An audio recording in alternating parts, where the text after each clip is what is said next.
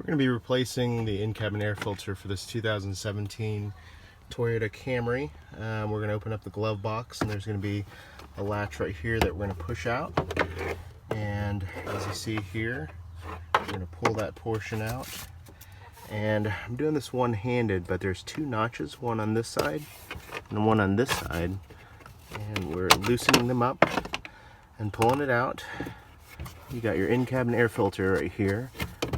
And this is pointing towards up right there, so to kind of let you know this is pretty dirty.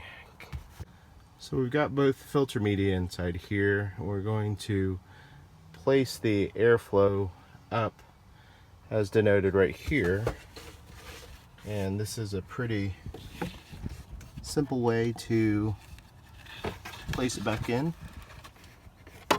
You push it in to where the filter meets, and then we're going to place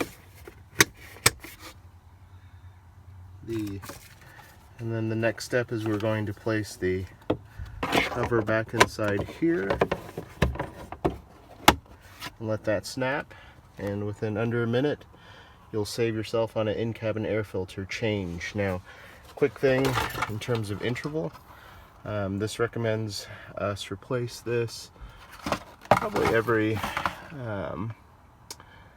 right here it says every 12 months or 12,000 miles. So I'll put the link in the description below, and it should take you in under a minute to replace this. You can also buy this on Amazon as well as any of your local parts stores, so it's a pretty common air filter.